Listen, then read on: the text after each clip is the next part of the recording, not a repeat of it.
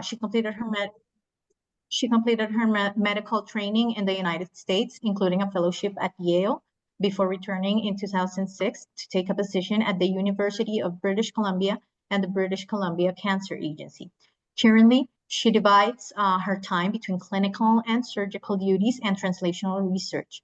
She is a member of the Ovarian Cancer Research Program Team, OVCare, which is BC's multi-institutional ovarian cancer research group, and serves as a director of the OVCare Tissue Bank.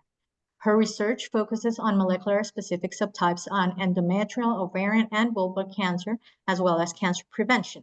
She has built a distinguished career with an extensive list of investigations and publications that demonstrates her outstanding contribution to knowledge in gynecological cancer. Notably, for endometrial cancer, she and her team have developed the PROMISE classification, and she is a co-principal investigator of the Rainbow Blue and TAPPER clinical trial. So it is truly an honor to have Dr. McAlpine here with us today. She will be discussing a highly important and timely topic, endometrial molecular classification, challenges and opportunities. So please join me in welcoming Dr. McAlpine and thanking her for sharing her expertise with us. And without further introduction, the mic is all yours, Doctor. Thank you very much. It's a very, very kind introduction, and thanks to the Society. It's lovely to be able to share some thoughts. And I know we lost some time, but I'll try to make it, I hope, really practical, and I hope inspiring to maybe address some of the things that may be frustrations or challenges and how we can actually get through these together. So, if we can today convey what the value added is for molecular classification, for you as a clinician in particular, how to address some of the barriers in terms of getting prompt reporting done and access to these tests, and then really what you can do with the information, what is something actionable that you can take from there. And I've given an educational series, but have otherwise no conflict. So we all treat all these other cancers too, right? Gynecologic malignancies. And I think it bears pausing for a second to realize how different a situation we're in endometrial cancer. For ovarian cancer, you can bring 100 expert pathologists in the room, and in this modern era, you will have high level of agreement of categorizing those with a very, very high inter-observer agreement. And in endometrial cancer, in contrast, you will have major disagreement of histotype or grade assignment in up to a third of the cases. So that can mean that you're given a diagnosis, even in the same institution, someone might be directed to 6 months of chemotherapy and radiation, or just vaginal brachytherapy with huge implications for the patient. And that's made it hard to study past clinical trials and understand efficacy. And it's really slowed down the advance for this disease. So the Cancer Genome Atlas project was very exciting in that it took 300 to 500 serous and endometrioid cancers and did these high-level omics, so genomics, transcriptomics, et cetera, to identify 4 molecular subgroups with different clinical outcomes or different prognoses. But the problem was it was completely not clinically applicable. It was high cost, nothing that you're going to get done in your path department downstairs. And a lot of the testing used were things that weren't actually validated for a clinical setting whatsoever. And so subsequently 2 groups, our own in Vancouver, as well as the Transportec group in the Netherlands, looked to say, well, could we replace some of those cancer genome complex tests with simple, clinically applicable, lower cost things like immunohistochemistry and very focused sequencing.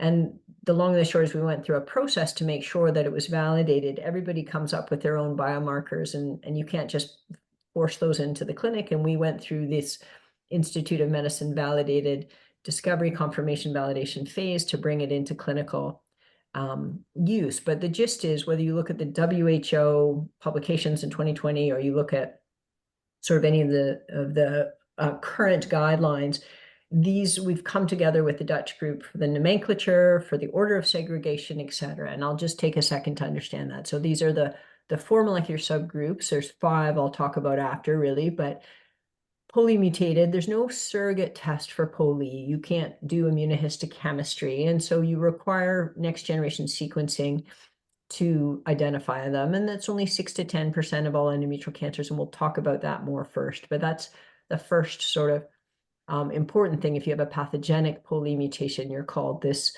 polymute.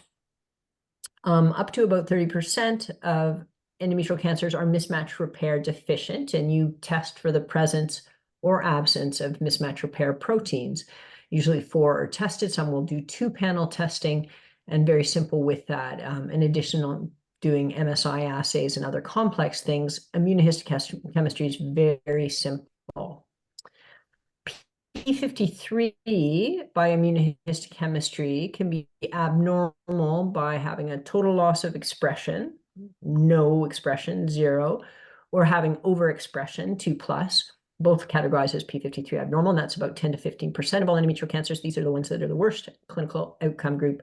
And then you're left with about half of all endometrial cancers that are called no specific molecular profile, meaning they don't have any of those specific features, no polymutations, no mismatch repair deficiency or P53 abnormality. And we'll talk about stratifying those further. So really important, these are defined differently than the Cancer Genome Atlas, but they still recapitulate those 4 molecular subgroups. So that's what PROMIS is. And if you think it's just a phase or the molecular classification is going to go away, I don't believe it is anymore. It's in every guideline out there, FIGO, ESCO, and otherwise, and multiple publications on it. So it is the new framework. And that isn't actually just the last couple of years. It's been recommended to be integrated since 2020. And I know there's access issues, but remember how many years it's been in play.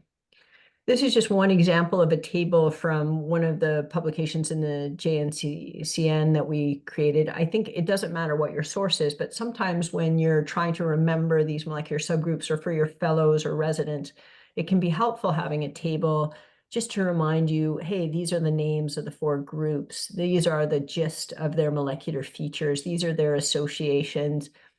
And look at the histologic diversity within these 4 molecular subgroups. Look why histotype and grade clearly don't tell enough of the biologic story of endometrial cancers and why we need this molecular subtypes, with even some low-grade endometrioids within P53 abnormal, for example, which we'll talk about more. So maybe 3 big take-homes of, okay, why do I do molecular classification? What does it get me? And the first is, for pathologists, if they're honest about the major challenges they've had in the last decades, they will say, this is great. I can finally have reproducible diagnoses. I can put apples with apples in studying tumors. That allows me to look at clinical trials or design future clinical trials and put biologically like tumors together to understand. And I can get all these tests done on a biopsy. Endometrial pipelle goes immediately into formalin, and the antigen preservation is fantastic from these, and you can extract DNA and do it. So that at the time of diagnosis, you can actually give patients this molecular information, and it can even direct what you do. So earlier information, reproducible. Second big thing is the prognostic ability. There are hundreds now of studies of looking at this, and whether it's a clinical trial, whether it's within a molecular subtype, whether it's within an age cohort, it discerns prognosis. One example, say here, these are early stage grade 3 endometrioid cancers. This is a series with the Dutch and ourselves and the Sloan Kettering team, and it showed, look at the difference in the outcomes. All these patients were managed the same because they were all early stage 1A grade 3 endometrioid, but clearly these ones were probably being overtreated and these ones were not doing well enough. It can very much help with prognosis and can help tell the difference. Predictive information, we get to talk about that. That's where it really gets fun, right? So those molecular features and those molecular subtypes helping direct which type of therapies work, conventional and targeted, who maybe doesn't need therapy. Obviously, for Lynch, for the MMRDs, understanding who needs hereditary cancer testing, even who has a higher likelihood of having lymph nodes positive based on their molecular features. So it can help direct management. So those are the three big themes. And I think in any study, you know, FIGO made a big point when they came up with their new staging in 2023 that it changed management, but all of that was shown also in papers in 2020, 2021, when ESGO used molecular classification plus their guidelines and showed the same thing. Effectively, if you have the molecular feature, and the molecular lens, you realize how many people, for example, with polymutated tumors would have been directed to less therapy, how many people with p53 abnormal were missed and should have got more, and overall changing management in about 10% of all the endometrial cancers with knowing this information. So that's impactful for our patients. I'm going to talk about each of the molecular subtypes a bit, some take-home messages with each. So we'll start with the polymutated cancers. In terms of polymutated tumors, it's very important that you distinguish between a pathogenic polymutation that's associated with this high mutational burden versus non-pathogenic mutations. And the pathogenic score was created from a bunch of nice data we did in with the Dutch and otherwise, but I don't think you need to know the details, just the point that there's features that are classic for a true pathogenic mutation, and that genomically and by behavior, they behave differently. And we know that by looking at things from a big meta-analysis of all published endometrial cancers. And if you looked at the ones that fit that list of 11, which are shown here, that's this survival curve in red. No events, fantastic outcomes. The non-pathogenics that come in different scenarios, like with a mismatch repair deficient tumor where secondarily a polymutation comes up, but it's not one of the 11, their outcomes are not as good. And so you want to be really careful that you don't de-escalate based on those patients, right? That you're very selective with who you offer de-escalation.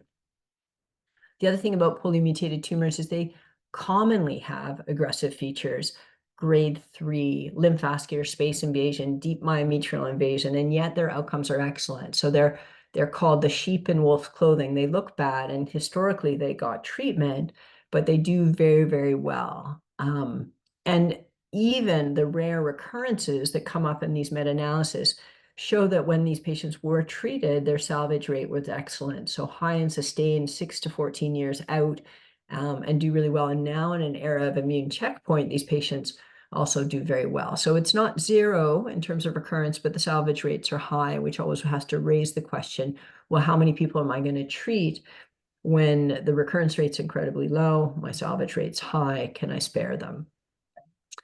Why do they do well? This is definitely related to this big immune-rich environment, but it doesn't seem to be because they're more sensitive to treatment. There's in vitro data, so cell line data showing that they're not more sensitive to chemotherapy or radiation. And so all of this has led to guidelines since 2020, reiterated in 2025 and the 2023 and the NCCN and in FIGO, saying for stage 1, 2 polymutated tumors, consider them low risk and consider de-escalation. And we can talk about that more after. I would say one really, really important thing, if you can take from tonight, or one thing that probably is still not as well understood by a lot of clinicians, is what to do with the proportion of endometrial cancers that have more than one molecular feature. That is, they might have a polymutation, but also in their high mutational tumor, they get a secondary p53 abnormality. And that p53 abnormality is not believed to be a driving event. It's a secondary thing that happens after. And the pathologist might even see patchy immunohistochemistry staining for p53 abnormalities. But this genomically behaves like a poly and clinically behaves like a poly. And so these multiple classifiers, there's a bit more nuance to come about a combination of mismatch repair with poly, but in general, these combinations with p53 abnormal, for example, are considered based on the order of segregation we showed. So know that multiple classifiers exist and know how to manage them or segregate them, which right now is, again, first pulling out those with polymutation, then those with mismatch repair, and then considering p53 in that context. And there's other meta-analyses, I won't go over them, but they show these weren't even limited just to pathogenic polymutations, but they reiterate the same. And if you're still not comfortable with de-escalation, there's the clinical trial that was raised earlier that allows for safe confines of a clinical trial with early stage to de-escalation. And it even has some multiple classifiers in there, an advanced stage that can get some treatment, but that can be followed. So a good way that we can gather information together. So switching to mismatch repair deficient tumors, what's actionable now? Well, obviously, this can be something that heralds us that we need to consider hereditary cancer program testing. You have to remember that, of course, the majority of mismatch repair deficient will be somatic or epigenetic changes with methylation of MLH1, and those are not hereditary. But for all the others, if there isn't hypermethylation of MLH1, they go on to have genetic testing to rule out Lynch syndrome, with implications, obviously, for that patient and for their family members. And endometrial cancer is the presenting cancer in a lot of these patients. The other, of course, amazing thing is, and I'm not sure what your access is like with immune checkpoint, but we're all increasing in our access in Canada as well. And the obvious trials we all know where it's been such a tremendous survival benefit with immune checkpoint given in these studies with conventional chemotherapy, with the hazard ratios in the range of 0.28 to 0.3. So using that as a marker, a biomarker to identify a therapy. And this is the MMRD data. There seems to be some signal, maybe within P53 abnormal as well, but exciting as a biomarker. And the PORTEC-3A 10-year data is now out is showing, again, this confirmation that within MMRD tumors, chemotherapy does not seem to add any benefit. So of interest with that, and that's one other aspect with that, but that's in a setting with radiation. Now we're in a setting where often people are getting immune checkpoint, but for what it's worth, the PORTEC-3 data as well. Switching to the copy number high group, remember, this was what it was called, copy number high in TCGA, now called P53 abnormal, because we're not using copy number analysis, which is costly and finicky. But these are the ones that kind of were thought to be more like serous ovarian cancer and obviously have the worst outcomes and the highest risk of recurrence. Now, the majority of P53 abnormal are, serous carcinosarcoma. There's about 30 or 40% that are clear cells, and there's high-grade endometrioid cancers as well, and about 22%. But you also have 5 to 10% of low-grade endometrioid cancers that are P53 abnormal. And these have been studied and they are real. This was a series, again, in collaboration, our center and the Dutch, with some other cases. Pathologists were blinded. They were truly called low-grade endometrioid. They have this marked overexpression of P53, and the outcomes were worse. So these are P53 abnormal high-grade endometrioids. These are low-grade indolent NSMP tumors of endometrioid, and these are low-grade endometrioid cancers that are P53 abnormal. Their outcomes are clearly not as good as this other group. And so, immunohistochemistry is cheap, and knowing and testing on your biopsy for P53 is easy.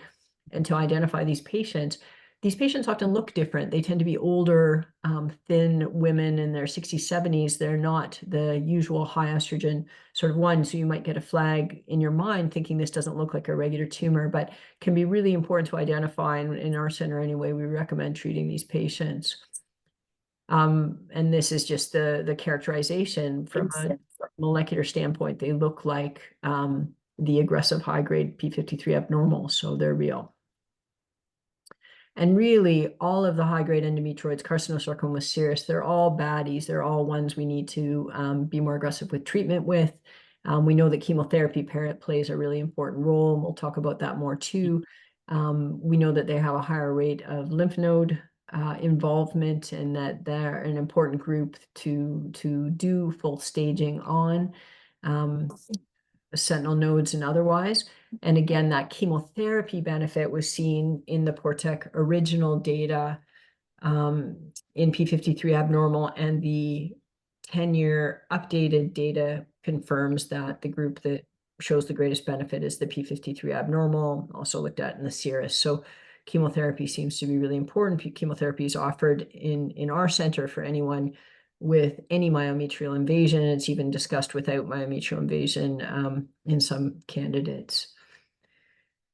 Well, this is data from our center. We had about 500 p53 abnormals looking at it, and I think the only point to take from this is that this chemotherapy benefit was seen even within stage 1, even within non-serous cancers, as well as obviously the high-risk PORTEC-3 cohort. So it really seems to be real and important, and these patients are at high risk of systemic recurrences where salvage is very difficult. What else can we do other than conventional chemotherapy? I won't go into all of the detailed science of this, but we had tried to characterize a cohort of about 188 p53 abnormals looking at other targets, and those targets are there. It's exciting. About 75% of the p53 abnormals had something else beyond that was targetable. So HER2 overexpression, it's enriched in p53 abnormals in about a third of them. Cyclin E amplification, so thinking of WEE1 inhibitors, if you had access to it. I'm also in a place that doesn't have unlimited drug access as compared to the US and otherwise, but sometimes we have trials or we have certain drugs that are available. Potential that homologous recombination deficiency agents may work, and then these drugs, there are drugs specifically against FBXW7 and PP2R1A mutations, for example. So it helps hint that we need to do better with these patients, and we have ways that we might be able to do better in the very near future for them. And that's the same with some of these other antibody drug conjugates you hear about and otherwise. And again, an idea that we're getting more precise in the treatments we give. And I guess the point being too, you don't need to test for everything on patients. Like if you think of the molecular classification as a basic core, you don't have to waste money on all the other things unless you have a targeted treatment available, because there's no point testing for a target if you don't have that drug. And also they're enriched in other, in subpopulations, you don't have to test in all. This is just saying that if you have subclonal p53 expression, it's usually in that multiple classifier situation. But otherwise, if you have more than 10%, that sort of tells the flavor of the tumor. So that means if there's more than 10% p53 abnormal, it's going to behave like a p53 abnormal tumor. And we think that's important. When it's less than 10, it's not significant. And finally, this last group, this NSMP group, half of all endometrial cancers and a very, very diverse group in itself. You can have anything from a low-grade endometrioid with no recurrences to a clear cell cancer, because about half of clear cells will be no specific molecular profile, not p53 abnormal, but their outcomes are as poor as that. And we looked, and another group all looked at, what could distinguish NSMP? Are they really intermediate risk? Or is it actually that some do so well and some do terribly? And that's the truth, is some NSMPs do terribly. And we looked at all these different features, L1-CAM, LVI, all of these things, and so did the Dutch, and so have the French, and now there's now 5 publications about this. But the main distinguishing feature is estrogen receptor expression. And that is, if you are estrogen receptor negative NSMP, your outcomes are as poor or as worse as p53 abnormal. So these are ER negative NSMPs in purple here, doing so poorly. The ones that are estrogen receptor positive, particularly early stage, have excellent outcomes and are actually candidates for de-escalation with a risk of 5-year disease recurrence in the range of 1.5%. And so really, really low risk indolent group. So really important to discern. And we did, most patients are with NSMP are strong positive, as shown here. This is an all-red scale that people use in breast cancer as well for estrogen status. So most are strong positive. Some next most common group is sort of the negatives, but these intermediate ones may also not do as well. So for our clinical trial taper, for example, where we're talking about who's safe to de-escalate, we only consider strong ER positive safe. And we also use that, and I'll talk about this after, how we triage people across our big province of who comes to a cancer center, strong ER positive are much more indolent. The ones that are ER negative or intermediate, we worry about. So you will start to see not only that estrogen receptor is a requisite immunohistochemical test on all endometrial cancers and ideally on biopsy, but that there also should be some quantification of that to call it an all red 7 or 8 or a strong positive descriptor. So that's really the distinguishing feature. About 15% are ER negative with poor outcomes, about 85% are ER positive. And that's part of every international meeting now as well, and part of stratification of drug trials as well. All right, so we've said that we think, I don't know if Colombians have this expression that you can lead a horse to water, but you can't make them drink, but it's the same question that you say something's valuable, but is anyone going to do it? And I think it's really about making implementation possible. I'm just going to share strategies, in resource restricted countries, like the British have had to deal with it. We've had to look at it. We didn't have money to do tests. We certainly don't have $4,000 like the US is sometimes paying for a foundation panel.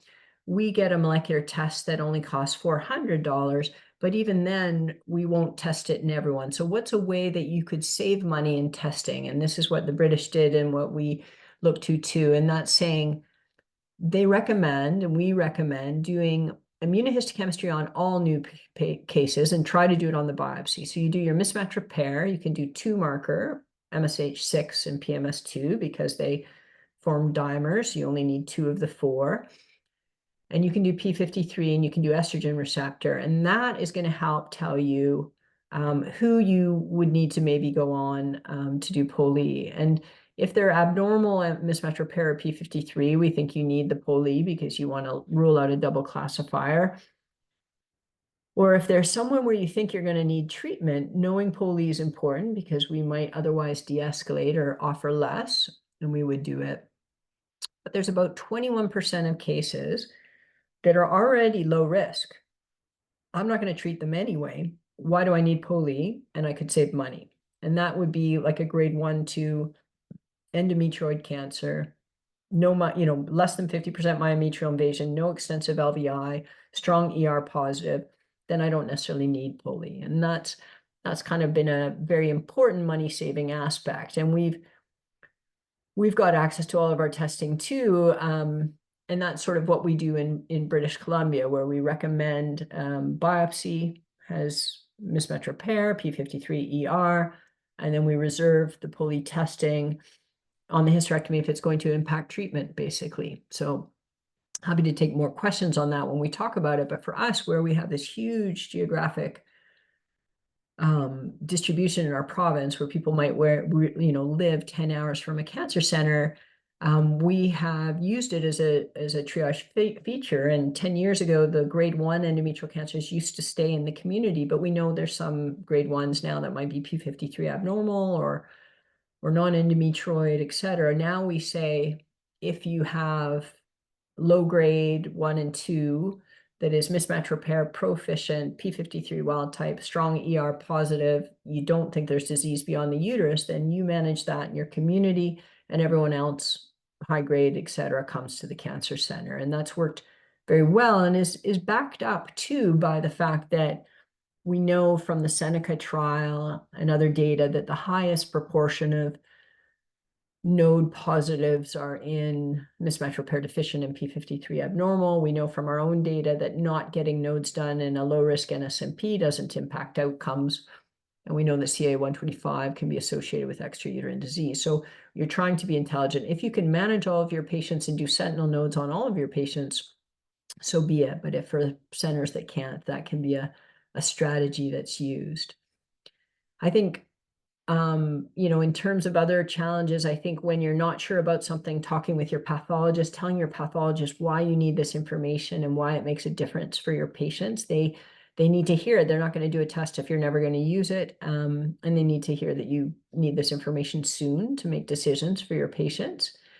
I think having clear reporting is really important. We had to work a lot with our pathologists across the province to not say things like P53 positive, where you don't really know what that means, but to call it abnormal or wild type, which means normal, and then educating our clinicians what wild type meant. So, having clear reporting, also helping give a final molecular subtype in the path report, especially when there are more than one feature, like, hey, this has a pathogenic polymutation, and this is called as a final molecular subtype polymutant, can really help.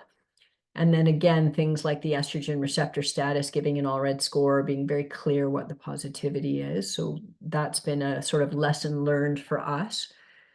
I'd say the only other lesson that was a big thing for us is now we sometimes, because we do the next generation sequencing testing, we'll also have P53 on there and a microsatellite instability assay. And what happens if my P53 status on the gene panel is different than my immunohistochemistry? And there are reasons for that. You can have a big, large-scale deletion that a hotspot panel misses, or you could have a present but not functioning protein, and your pathologist can help sort it out. And these things are all discernible, but not throwing your hands in the air and being frustrated with that, realizing there's reasons for those two things to be discordant in about 6% of patients, and that always can get the molecular subtype assigned. And we have data validating that you can do one-step testing from this as well. And I'm happy to share these slides about some of the reasons why those tests can be discordant. I think in the nature of time, I'm going to skip over the synchronous stuff and let people ask any questions. I'm just going to show the summary just because we lost a little bit of time, and I'm aware it's everybody's evening. But I'd say that value added, again, that you've got consistent diagnosis, you've got prognostic information, you can do this test on biopsy.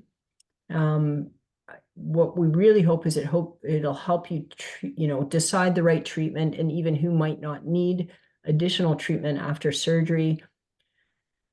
And I think that, yeah, there's ways that in all resources you can get these tests done.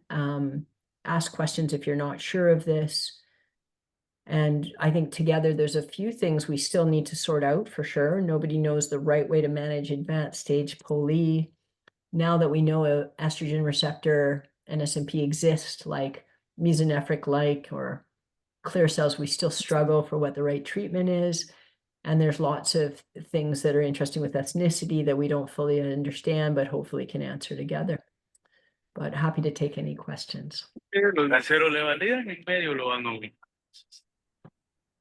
Thank you, Dr. McAlpine, for your excellent presentation. You were very clear on every point. We do have a few questions. Some of them, like you've gone through them, but we're gonna point them out. So we have over here some questions. So do you think that the molecular classification will completely replace the histopathological factors in early stage endometrial cancer in order to determine adjuvant treatment, or will it continue to coexist? I think it'll coexist. We wrote a sort of cheeky paper this year saying that, histotype and grade really matter probably mostly or only in NSMP. Like, I'm not sure how much, and maybe dedifferentiated mismatch repair deficient tumors.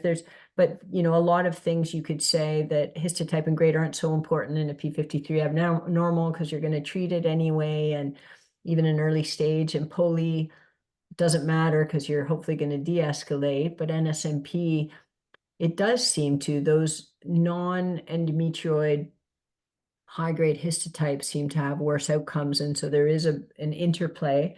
And I think there's a reality check too. Like, if you're not sure, if you didn't have, sometimes they can be reinforcing that the histotype reaffirms what you're getting on a molecular test, or it might make you question it. Say you got a molecular result that made no sense based on it being a high estrogen type of tumor, and you find a funny feature. So I think it helps put the whole clinical picture together, and pathologists will have a job for a long time.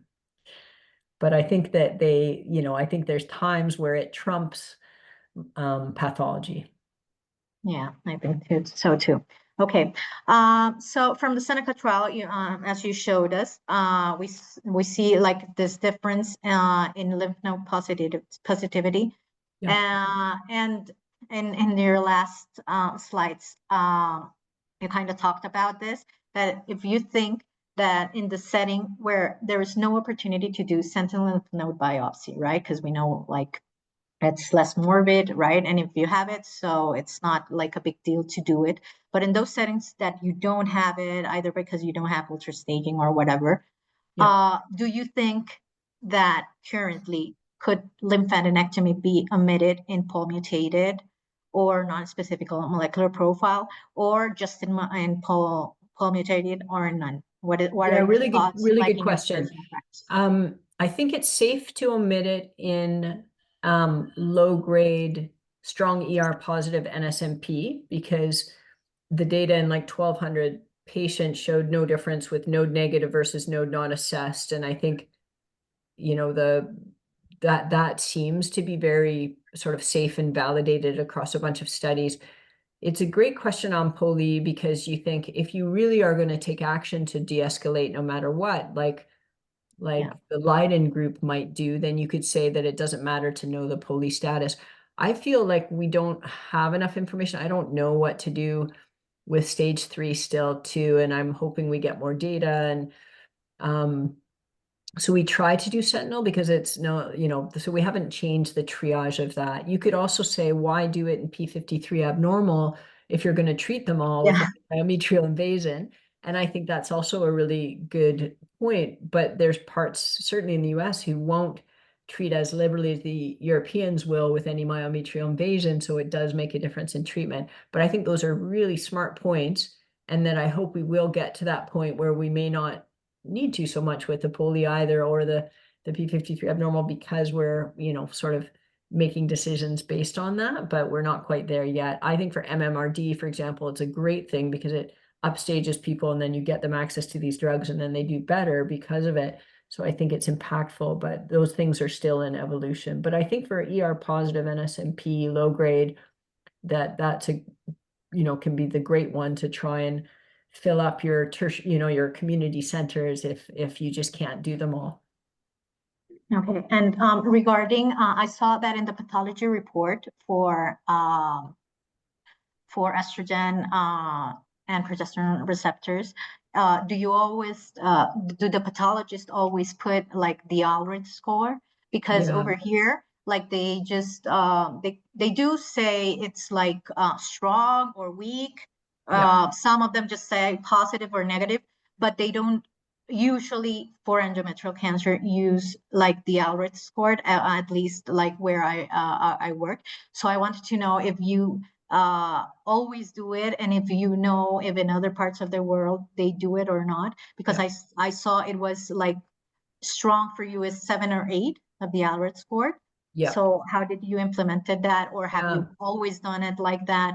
Because No, I feel it's it's all interesting. within the last few years.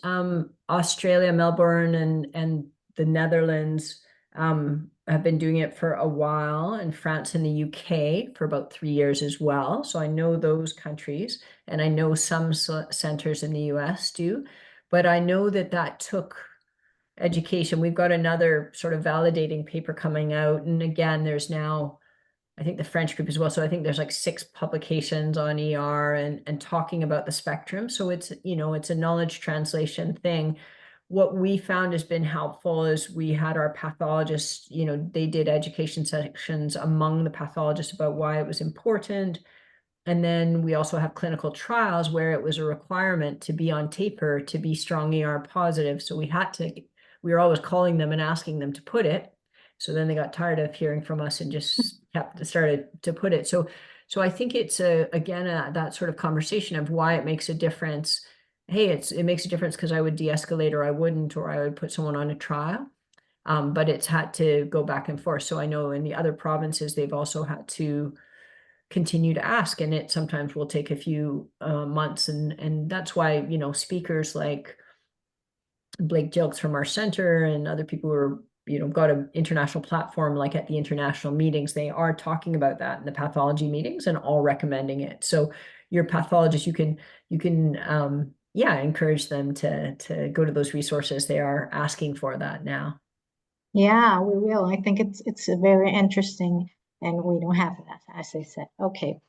So over here we have another question. Okay, so regarding the clinical outcome of multiple classifiers, like in your current practice right now, do you use the designation of multiple classifiers as a single classifier like you showed us to guide adjuvant treatment always, or are there particular situation in which wouldn't uh, you wouldn't see it as a single classifier and maybe say, no, this case, Yeah. I do not feel comfortable like saying it's mismatch repair deficient while having a P53 abnormal Yeah. result.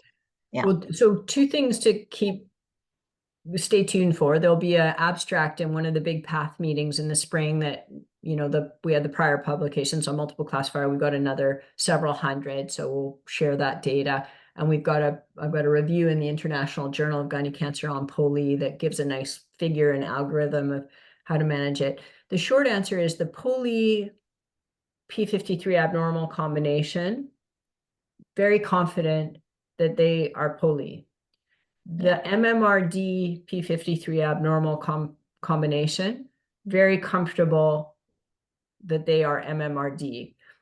The one that we are learning more about is the MMRD POLE combination. Like they've got both pathogenic, but the MSI, they're not quite maybe as good. They're a little bit more nuanced, and it may require you to do a bit more profiling, because there's ones that have a real signature that's like microsatellite instability and more like an MMRD. Not a lot, like less than 10% of them, but they seem to have a bit of nuance. So there's more coming out on that story.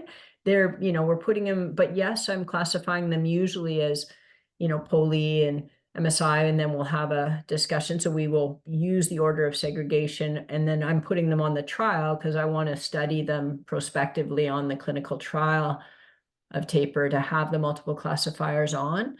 But that's the very kind of hot off the press thing that's evolving, where we're wondering if they're not quite, the MSI with POLE may not be quite as perfect as the POLE for all.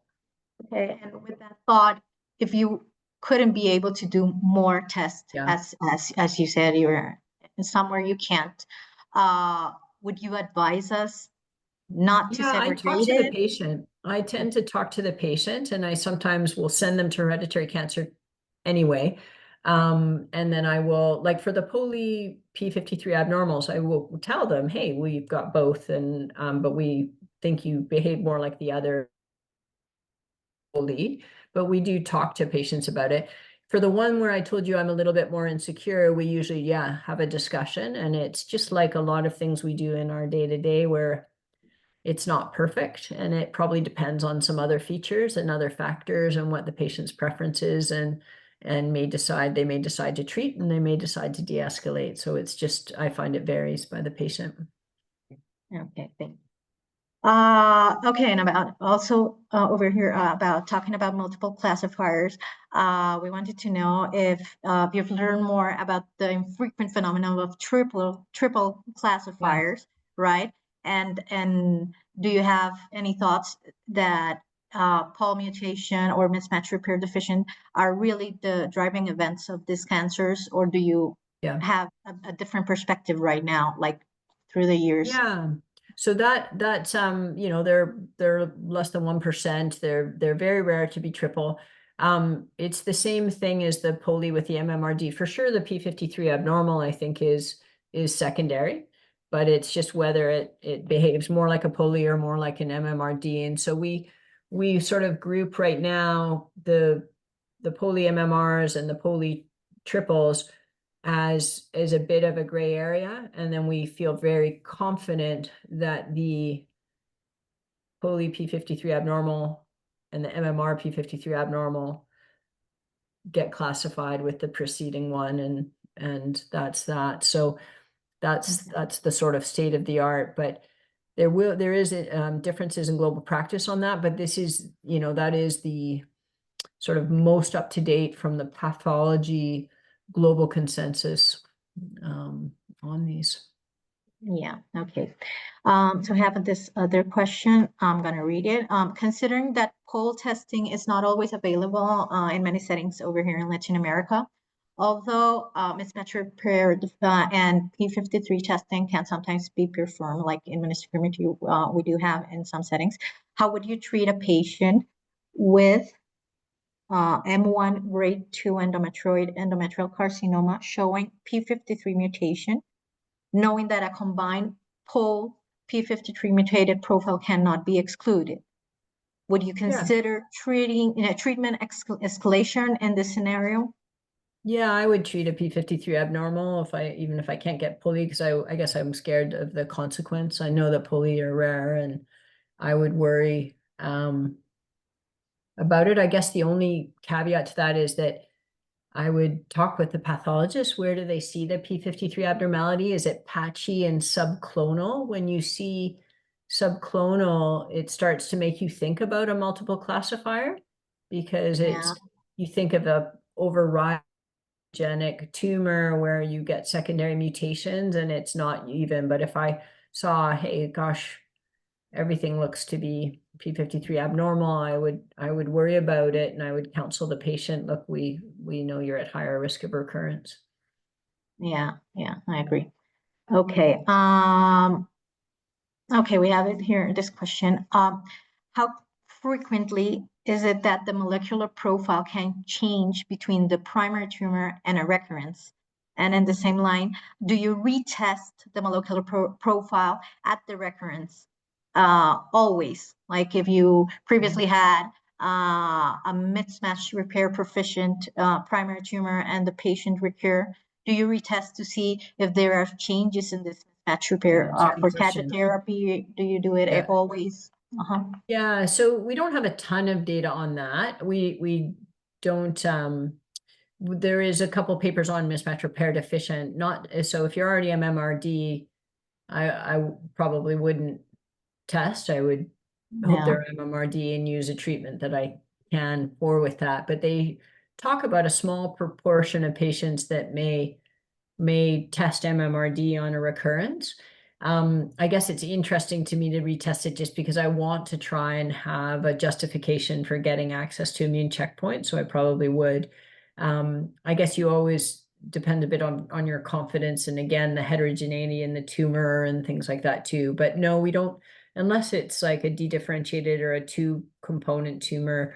We don't believe that there's a changing of stripes of P53 abnormalities or poly or things like that. But MMRD, again, the suggestion that if it was proficient and you have a recurrence, it's not crazy to check again, because it might give you a treatment opportunity. And some of these papers talked about having a proportion that were MMRD on retesting.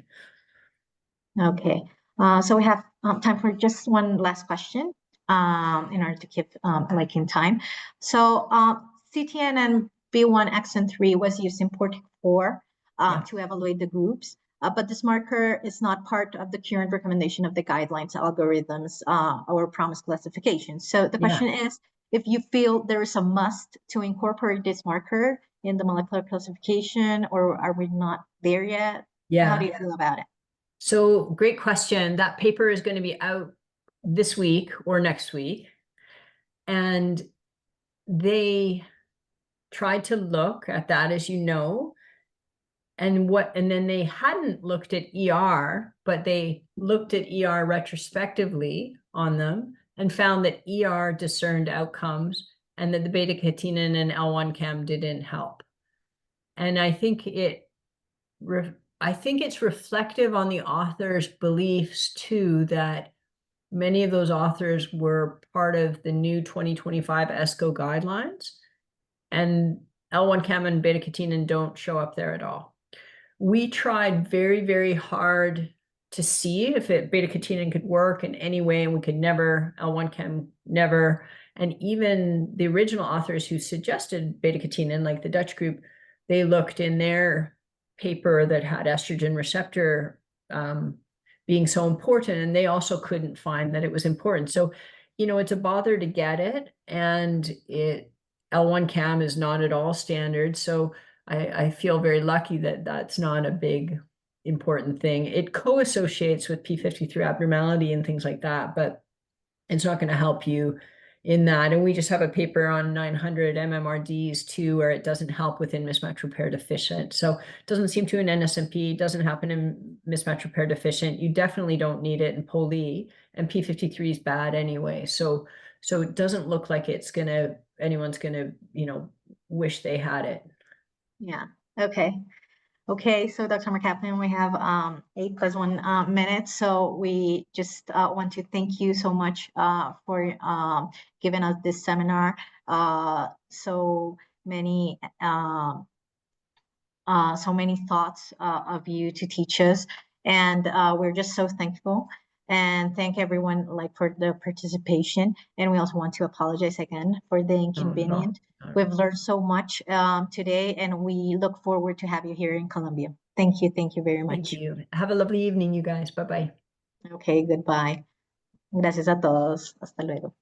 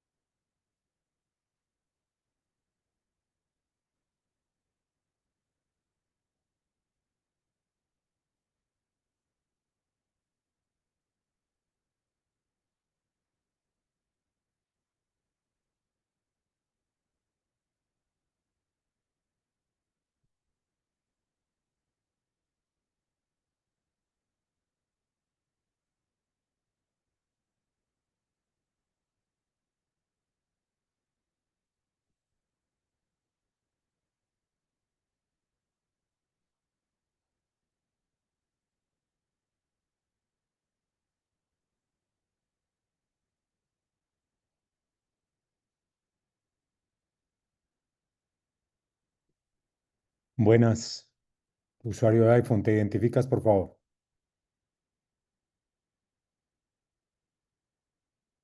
Buenas, ¿te puedes identificar?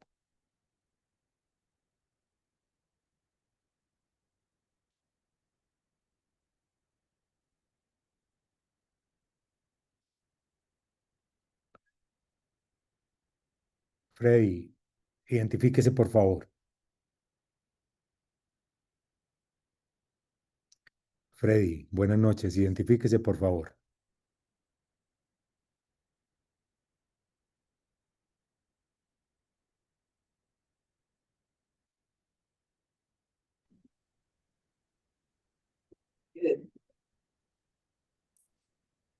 Es Freddy, identifíquese, por favor. ¿De dónde se conecta? Ángel. Ábreme, corre. ¿De dónde se conecta? RD San Francisco. ¿Cómo accedió a la reunión? ¿De quién?